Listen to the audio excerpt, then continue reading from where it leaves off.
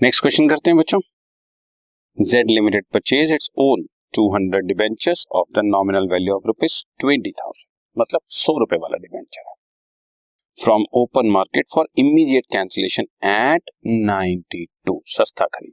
तो अब हमें गेन होने वाला है। Entry on debentures debit to bank, 200 debenture 92 rupees के हिसाब से 18,400 के, ठीक।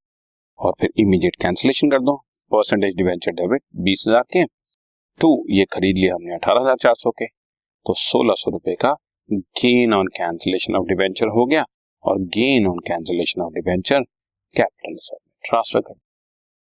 100 रुपए वाला डिबेंचर 92 में खरीद लिया, तो 8 रुपए पर डिबेंचर गेन हो गया। 8 रुपए इंटू 200 डिबेंचर्स 1,600 रुपए का गेन हो गया, उसको कैपिटल रिजर्व ट्रांसफर कर दो।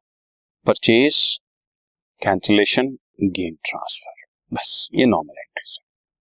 ओके